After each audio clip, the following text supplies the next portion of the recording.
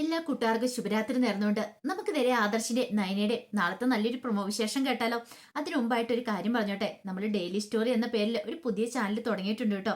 ആ ചാനലിനകത്തായിരിക്കും നമ്മൾ ഇഷിതയുടെയും മഹേഷിന്റെയും വേദയുടെയും വിക്രത്തിന്റെയും അബിയുടെയും ജാനകിയുടെയും ഒക്കെ വിശേഷങ്ങൾ അപ്ലോഡ് ചെയ്യുന്നത്. അപ്പൊ ആ വിശേഷങ്ങൾ കൂടി എല്ലാവരും കയറി കണ്ട് ആ ചാനൽ ഒന്ന് സബ്സ്ക്രൈബ് ചെയ്യണം കേട്ടോ. അപ്പൊ ആ ചാനലിലെ ലിങ്കും കാര്യങ്ങളൊക്കെ ഞാൻ താഴെ ഡിസ്ക്രിപ്ഷൻ ബോക്സിലും അതോടൊപ്പം തന്നെ മെസ്സേജിലെ ഫസ്റ്റ് കമന്റ് ആയിട്ട് ഞാൻ അവിടെ ഇട്ടിരിക്കാം കേട്ടോ. അപ്പൊ എല്ലാവരും ആ ലിങ്കിൽ ഇന്ന് കയറി ക്ലിക്ക് ചെയ്ത് ചാനൽ സബ്സ്ക്രൈബ് ചെയ്ത് ബെൽ ബട്ടൺ ഒന്ന് അമർത്താൻ പ്രത്യേകം ശ്രദ്ധിക്കണം കേട്ടോ. അപ്പൊ നമുക്ക് നേരെ നമ്മുടെ വിശേഷത്തിലേക്ക് അങ്ങോട്ട് പോയാലോ. അങ്ങനെ ഇന്നത്തെ വിശേഷം നമ്മൾ കണ്ടു. അവസാനം 8ന്റെ പണി തന്നെയാണ് അനാമയ്ക്കും വേണുവിനും രേവതിക്കും ഒക്കെ കിട്ടുന്നത്. അവരൊരിക്കലും പ്രതീക്ഷിച്ച കാര്യമായിരുന്നില്ല. കാരണം ദേവേന ഉണ്ടായിക്കൊണ്ടുവന്ന് ആ പലഹാരം കഴിച്ചു കഴിഞ്ഞപ്പോൾ തൊട്ട് അവരുടെ വയറ്റിനകത്തൊരു വേദന തുടങ്ങി. അതുപോലെ തന്നെ ഒരു അവസ്ഥയായിരുന്നു അബിക്കും. അബിയും വയറുവേദന എടുത്ത് നെട്ടോട്ട് ഓടുകയാണ്. പിന്നീട് അബി ബാത്റൂമിലേക്ക് കയറി ഓടുക. എന്താ സംഭവിച്ചെന്ന് അറിയത്തില്ല. വയറിനകത്ത് ആകപ്പാടൊരു ഒച്ചപ്പാടും ബഹളവും. പിന്നീട് അങ്ങോട്ട് തുടങ്ങി ലൂസ് മോഷൻ തുടങ്ങിയിട്ട് നിൽക്കണേ ഉണ്ടായിരുന്നില്ല. വയറ് കേടായില്ലേ, ജലജ വെച്ച പണിയാന്നുള്ള കാര്യം അബിക്കും അറിയത്തില്ലോ. അതുപോലെ തന്നെ നല്ല വയറുവേദന. അപ്പൊ അതേ അവസ്ഥ തന്നെയായിരുന്നു രേവതിക്കും വേണുവിനും അനാമയ്ക്കും. പിടിച്ചു നിൽക്കാൻ പറ്റില്ല. ബാത്റൂമിലേക്ക് പോക്കും തിരിച്ചു വരും. ആ സമയം ഇതൊന്നും ദേവേനെ അറിയുന്നുണ്ടായിരുന്നില്ല. ദേവേനെ എന്ത് ചെയ്യുവാണ്, മാവ് തീർന്നു പോയിട്ട് വീണ്ടും വേറെ മാവ് എടുത്ത് കൊണ്ടുപോയി അവൻ നയനയ്ക്കും ആദർശിനും ഒക്കെ വേറെ പലഹാരം ഉണ്ടാക്കുക. വേറെ പലഹാരം എന്ന് പറഞ്ഞാൽ വേറെ പഴംപൊരി ഉണ്ടാക്കുവാണ്. പക്ഷെ ജലജ കുറച്ച് വെച്ച് ആ പഴംപൊരി കഴിച്ചിട്ടാണ് ഇവർക്ക് ഇങ്ങനെയൊക്കെ സംഭവിച്ചത് ദേവേനെ തൊട്ട് അറിയുന്നുണ്ടായിരുന്നില്ല. കുറച്ചേരം കഴിഞ്ഞപ്പോൾ അവർക്കുള്ള പലഹാരമൊക്കെ ഉണ്ടാക്കി വെച്ചതിന് ശേഷം ദേവേനെ ഇങ്ങോട്ടേക്ക് വരുമ്പോഴത്തേനും അനാമിക വയ്യാതെ ഇങ്ങോട്ട് വരുന്നുണ്ട്. എന്ത് പറ്റി മോളെ, നിന്റെ മുഖം എന്താ വല്ലായിരിക്കണേ? അല്ല വല്യമ്മ എന്ത് വെച്ചാ അത് ഉണ്ടാക്കിയെന്ന് ചോദിക്കുക. എന്ത്? അല്ല, ആ പഴംപൊരി ഉണ്ടാക്കിയത്. ആ പഴംപൊരി കഴിച്ചപ്പോ തൊട്ട് എനിക്ക് വയറുവേദനയാ, ബാത്റൂമിൽ നിന്ന് കയറാൻ പറ്റുന്നില്ല എന്ന് പറയണേ. അയ്യോ മോളെ, അങ്ങനെ ഒന്നും സംഭവിക്കാൻ വഴിയുള്ളതല്ലോ. ഞാൻ ആദർശമോനും നയനമോൾക്കും വേണ്ടി ഉണ്ടാക്കിയതല്ലേന്ന് ചോദിക്കും. അപ്പോഴേക്കും ഒരു പരുവത്തിനായിട്ട് രേവതിയും വേണു അങ്ങോട്ട് വരുവാണ്. അവരാണെങ്കിൽ അതേപടി തന്നെയായിരുന്നു. അവർക്കും തീരെ വയ്യായിരുന്നു. അവരെ ഇതേ അവസ്ഥയിൽ തന്നെയാ. പക്ഷെ രേവതിയുടെ വേണുവിന്റെ ഒക്കെ മട്ടും ഭാവം കണ്ടു കഴിഞ്ഞപ്പോഴത്തേക്കും ദേവേനെ ചോദിച്ചു എന്ത് പറ്റിയെന്ന് ചോദിക്കാം. എന്ത് പറ്റാനായിട്ടാ, ഇന്നാൾ ഇതുപോലെ തന്നെയായിരുന്നു. ഇവിടെ വന്ന് പായസം കുടിച്ചിട്ട് അന്നേ ഇവിടുത്തെ കഴിപ്പ് നിർത്തിയതാ. വീണ്ടും വേണ്ടേ അതേപോലെ തന്നെ സംഭവിച്ചിരിക്കുന്നു. ആ പഴംപൊരി കഴിച്ചത് മാത്രം ഓർമ്മയുള്ളൂ, പിന്നെ ഒന്നും ഓർമ്മയില്ലെന്ന് പറയണം. ഇത് കേട്ടപ്പോ ദേവേനെ പറഞ്ഞു, ഇല്ല ഞാൻ ഉണ്ടാക്കി, ഒരു കുഴപ്പമില്ലായിരുന്നല്ലോ എന്ന് പറയണം. ആ സമയത്ത് അബിയുടെ മുറിയിലേക്ക് ജലജ ചെല്ലുവാണ്. ജലജ എന്ന് കഴിയുമ്പത്തേനും അബി വയറെ പൊത്തിപ്പിടിച്ചോണ്ട് നിൽക്കുക. എന്താടാ മോനെ, നിനക്ക് എന്ത് പറ്റിയെന്ന് ചോദിക്കാം. എന്ത് പറ്റാനാ, വന്ന് കഴിഞ്ഞപ്പോഴത്തേനും ദേ പഴംപൊരി കഴിച്ചാ. വല്യമ്മ പഴംപൊരിയും ചായം തന്നു. അത് കഴിച്ചപ്പോ തൊട്ട് തുടങ്ങിയതാ. വയറുവേദന കാരണം നിലത്ത് വയ്ക്കാൻ പറ്റുന്നില്ലെന്ന് പറയണം. നീ അത് കഴിച്ചോന്ന് ചോദിക്കണം. ഞാൻ കഴിച്ചു. എടാ മോനെ, അതിനകത്ത് ഞാൻ പൊടി കലക്കിയിട്ടുണ്ടായിരുന്നു വയറ് കേടാവാനായിട്ടുള്ള. എന്റെ ദൈവമേ, നീ ആരോട് ചോദിച്ചിട്ടാടാ കഴിച്ചെന്ന് ചോദിക്കാം. നല്ല കഥയായിപ്പോയി. അല്ല, നീ ഈ സമയത്ത് വരുന്നല്ലോ, പിന്നെ എന്താ ഇന്ന് പതിവിലും നേരത്തെ വന്നേന്ന് ചോദിക്കാം. എന്റെ അമ്മേ, കുറച്ച് നേരത്തെ വന്നെന്നോർത്ത് ഇങ്ങനെ ഒരു പണി കിട്ടുമോ എന്ന് ഞാൻ വിചാരിച്ചോ. ഇനി എന്താ ചെയ്യണ്ടേ, ഒരു കാര്യം ചെയ്യും, ഞാൻ കുടിക്കാൻ എന്തെങ്കിലും എടുത്തോണ്ട് വരാം എന്നും പറഞ്ഞിട്ട് ദേവേനെ അങ്ങോട്ടേക്ക് പോവാണ്. ആ സമയത്താണ് നവ്യ മുറിയിലേക്ക് വരുന്നത്. നവ്യ മുറിയിലേക്ക് വന്നപ്പോൾ വയറും പൊത്തിയിരുന്ന് കരയണേ അഭിനയുണ്ടേ. അറിഞ്ഞു കഴിഞ്ഞപ്പോഴത്തേനും പെട്ടെന്ന് തന്നെ നവ്യ പറഞ്ഞു, എടാ ഇതാ പറഞ്ഞ കൊടുത്താ കൊല്ലത്തും കിട്ടുന്നേ. നീ നിന്റെ അമ്മയൊക്കെ ചെറിയ കാര്യങ്ങളൊന്നല്ല ഇവിടെ ചെയ്യുന്നേ. രണ്ടുപേരും കൂടെ കൂടിയിട്ട് ഇവിടെ പല അഭ്യാസങ്ങളും നടത്തുന്നുണ്ട്. അപ്പൊ അതിന് ദൈവമായിട്ട് തന്ന ശിക്ഷയാടാ. ഇതിനു മുമ്പ് നിന്റെ അമ്മയാണോ ആരാണോ ചെയ്തതെന്ന് അറിയത്തില്ല, നീയൊക്കെ ചെയ്തതെന്ന് അറിയത്തില്ല. ഒരു പക്ഷെ പാലിനകത്ത് വിഷം കലർത്തേ അന്ന് പായസത്തിനകത്തൊക്കെ ചെയ്തതൊക്കെ അതിനിടയ്ക്കെയുള്ള നല്ല ശിക്ഷ. നിന്റെയൊക്കെ അറിവോട് കൂടിയിട്ടല്ലേ അതൊക്കെ ചെയ്തേ. അപ്പൊ നിനക്കൊക്കെ ഇങ്ങനെ തന്നെ കിട്ടുമെന്ന് പറയണം. അപ്പോഴേക്കും ജലജ കുടിക്കാനുള്ള വെള്ളമായിട്ട് വരുവാണ്. പറഞ്ഞു, എടാ ഇതൊന്ന് കുടിച്ചു നോക്കാൻ പറയണം. എന്റെ അമ്മേ, ഇത് കുടിച്ചിട്ട് എനിക്ക് ഇനി ബാത്റൂമിൽ നിന്ന് കയറാൻ പറ്റില്ല എന്ന് പറയണം. അത് പറയില്ല, നിനക്ക് വേദനയാന്നല്ലേ പറഞ്ഞേ, പിന്നെ എന്ത് ചെയ്യാനാ. അങ്ങനെ അവസാനം അബി കുടിക്കുകയാണ്. കുടിച്ചു പറയാ അബി ബാത്റൂമിലേക്ക് ഓടുക. ഇത് കണ്ടപ്പം നവ്യ ചിരിക്കുന്ന കണ്ടപ്പത്തിന് ജലജ പറഞ്ഞു, ഭർത്താവിൻ്റെ ഒരു ആപത്ത് വന്നിയുമ്പോൾ സാധാരണ ഭാര്യമാർ ചിരിക്കുവാണോ ചെയ്യേണ്ടതെന്ന് ചോദിക്കും. പിന്നെ ചിരിക്കാതെ, ഇവിടെ ഞാൻ ശരിക്കും കൈകൂട്ടി തന്നെ ചിരിക്കും. എന്റെ ഭർത്താവ് എന്ന് പറയുന്നവന് അത്ര നല്ലവനാണല്ലോ, അതുകൊണ്ട് എനിക്ക് ചിരിക്കാതിരിക്കാൻ പറ്റില്ല എന്ന് പറയണം. ജലജ താഴേക്ക് ഇറങ്ങി കഴിയുമ്പോഴത്തേന് ഇതേ അവസ്ഥ തന്നെയായിരുന്നു അവിടെ അനാമിക്കും രേവതിക്കും ഒക്കെ. ജലജ വിചാരിച്ചോണ്ടിരുന്നെ ആദർശ നയനെ അത് കഴിക്കുമെന്ന് വിചാരിച്ചു ചെയ്ത പരിപാടിയാ. പക്ഷെ ചക്കിന് വെച്ചത് കൊക്കിനും ഉണ്ട്. തന്റെ മകൻ ഉൾപ്പെടെ ബാക്കി എല്ലാവർക്കും കൊണ്ട് പണി കിട്ടിയെന്ന് മനസ്സിലായി. പക്ഷെ ജലജയ്ക്ക് പറയാൻ പറ്റുമോ? ആ സമയത്ത് ദേവേനിക്ക് ചില സംശയങ്ങളൊക്കെ തോന്നി. ദേവേനിക്ക് മനസ്സിലായി അതിനകത്ത് എന്തോ കലക്കിയിട്ടുണ്ട്. അങ്ങനെ കലക്കിയിട്ടുണ്ട് അത് ജലജയായിരിക്കും. താന് തന്റെ മരുമോൾക്കും മോനും കൊടുക്കുന്നൊക്കെ ഇഷ്ടപ്പെടാഞ്ഞിട്ട് പിന്നീട് ഒന്നും അറിയാത്ത വിട്ടിൽ ദേവേനി ചോദിച്ചു, അല്ല ജലജെ, എന്നാലും ആ പഴംപൊരിക്ക് ഇത് എന്തായിരിക്കും സംഭവിച്ചിട്ടുണ്ടായിരിക്കും എന്ന് ചോദിക്കുക. എന്ത് ചെയ്യാനാ? ഒരു പക്ഷേങ്കില് ആ നവ്യെന്ന് പറയുന്ന അവൾ ഇവിടെ ഉണ്ടല്ലോ, അവൾ ചിലപ്പോ എന്തേലും കൊണ്ട് കലക്കി കാണുമെന്ന് പറയണേ. അവൾ അങ്ങനെ കലക്കോ? അവളുടെ ചേച്ചിക്കൊക്കെ കൊടുക്കാനുള്ളല്ലേ? പറയാൻ പറ്റില്ല. അവളുടെ ചേച്ചി ഇപ്പൊ വലിയ ഡിസൈനർ ആയില്ലേ, അതിന്റെ അസൂയ കാരണം അവള് ചിലപ്പോ ചെയ്തതായിരിക്കും എന്ന് പറയാം. എന്നാലും എനിക്ക് അതും കൂടി വിശ്വസിക്കാൻ പറ്റുന്നില്ലെന്ന് പറയാം. അത് കേട്ടപ്പോ തന്നെ ദേവയായിരിക്കും മനസ്സിലായായിരുന്നു ജലജയായിരിക്കും ഈ പറച്ചിലൊക്കെ കേട്ടുകഴിഞ്ഞപ്പോ അതിന്റെ പിന്നിൽ പ്രവർത്തിച്ചിരിക്കുന്ന. പിന്നീട് ഒരു വ്യക്തി അവശതയായിട്ട് അനാമികയും വേണും കൂടെ പോകാൻ തുടങ്ങുകയാണ്. പിന്നെ ദേവേനോട് പറഞ്ഞു, ദൈവത്തെ ഓർത്ത് ഇനി ഇങ്ങനത്തെ പലഹാരങ്ങളൊന്നും തരില്ല, ഇവിടെ വന്നുള്ള കഴിപ്പ് ഞങ്ങൾ നിർത്തിയതായിരുന്നു. ഒരു കാര്യം പറഞ്ഞേക്കാം, ഇങ്ങനെയാണെങ്കിൽ എന്റെ മോളെ ഇവിടെ നിർത്തണമെന്ന് പോലും എനിക്കില്ലാന്ന് പറയാം. എന്റെ മോളെ എന്ത് വിശ്വസിച്ച് ഞാനിവിടെ നിർത്തിയിട്ട് പോകും? മുമ്പ് വന്നു കഴിയുമ്പോൾ പായസത്തിനകത്ത്, ഇപ്പോഴാണ്ട് ഇങ്ങനെ. ഇവിടെ ഫുഡൊക്കെ ഉണ്ടാക്കുന്ന ദേവേനേച്ചിയാന്ന് പറഞ്ഞുകൊണ്ട് മാത്രം ഞങ്ങളിത് കഴിക്കാൻ തന്നെ കൂട്ടാക്കിയത്. എന്നിട്ടോ ചേച്ചി ഉണ്ടാക്കിയത് പലഹാരത്തിൽ ഇങ്ങനെ. അങ്ങനെയാണെങ്കിൽ ഇവിടെ നിന്ന് ആഹാരം കഴിക്കാൻ പോലും എല്ലാരും പേടിക്കണമെന്ന് പറയാം. എപ്പോഴാരാ മരിച്ചു വിടുന്ന് പറയാൻ പറ്റില്ല. മോളെ ഒരു കാര്യം പറഞ്ഞേക്കാം, ഇനി എന്തായാലും ഉണ്ടെങ്കിൽ മോള് വീട്ടിലേക്ക് പോരെ. അല്ല, ഞാനൊരു കാര്യം ചോദിച്ചിട്ടെ, വേണം ഞങ്ങൾ ഇപ്പൊ തന്നെ മോളെ വീട്ടിലേക്ക് ഉണ്ടാക്കോളൂ എന്ന് പറയണം. ദേവേനി പറഞ്ഞു, അതൊന്നും വേണ്ട, ഇതെന്ത് സംഭവിച്ചാന്ന് അറിയത്തില്ല, ഞാനൊന്ന് നോക്കട്ടെ എന്നൊക്കെ പറയണം. പിന്നീട് യാത്ര പറഞ്ഞു ഒരു പരുവത്തിന് അവരങ്ങോട്ടേക്ക് പോകുന്നേ.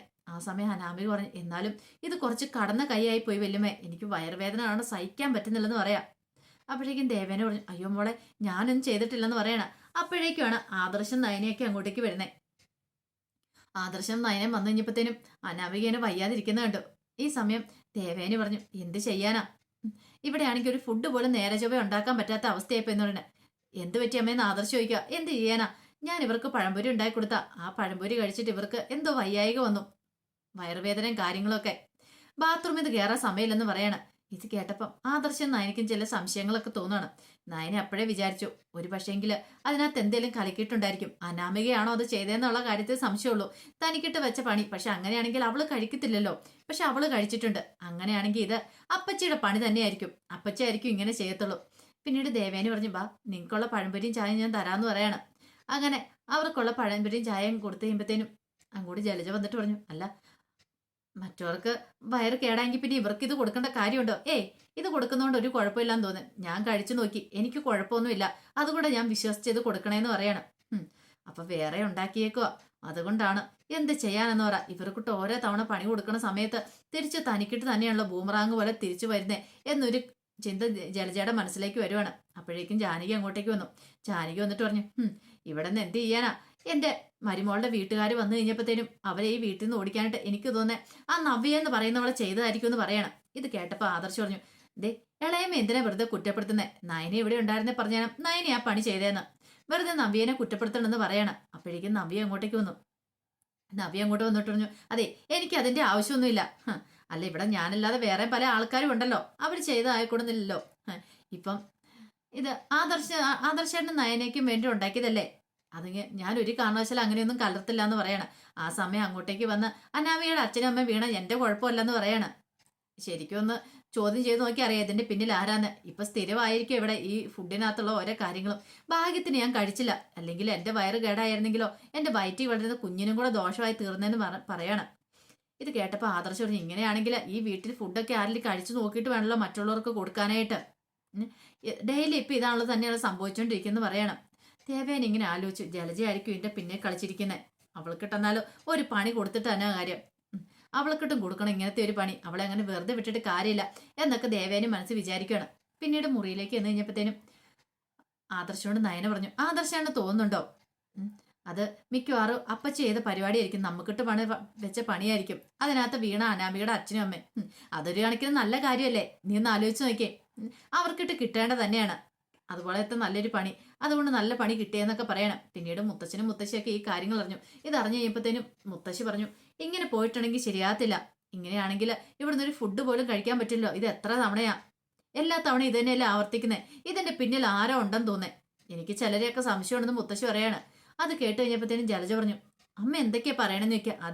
അതെ, ഇതിനു മുമ്പ് ഇങ്ങനത്തെ കാര്യങ്ങളൊന്നും ഇല്ലായിരുന്നല്ലോ, ഇപ്പൊ ഈ ഇടയായിട്ട് ഇങ്ങനെയൊക്കെ ഉണ്ടാകുന്നത്. ഒരു കാര്യം ഞാൻ പറഞ്ഞേക്കാം, ഇനി എന്തേലും ഇങ്ങനെ ഉണ്ടായിട്ടുണ്ടെങ്കിൽ ഉറപ്പായിട്ടും കംപ്ലൈന്റ് കൊടുക്കാൻ തന്നെ തീരുമാനിച്ചു, വീട്ടിൽ ആരാണെങ്കിലും കുഴപ്പമില്ല, പോലീസും കൊണ്ട് പിടിപ്പിക്കാൻ തന്നെ തീരുമാനിച്ചെന്ന് പറയണം. പോലീസ് ഒന്ന് അന്വേഷിക്കട്ടെ ഇങ്ങനത്തെ കാര്യങ്ങളൊക്കെ എന്ന് പറയണം. ഇത് കേട്ട് കഴിഞ്ഞപ്പോ ദേവേനെ പറഞ്ഞു, അതിന്റെ ആവശ്യമൊന്നുമല്ല അമ്മേ, ഇനി അങ്ങനെയൊന്നും ഉണ്ടാകത്തില്ല, ഞാൻ നോക്കിക്കോളാന്ന് പറയാം, എനിക്കറിയാം എല്ലാ കാര്യങ്ങളും നോക്കാൻ.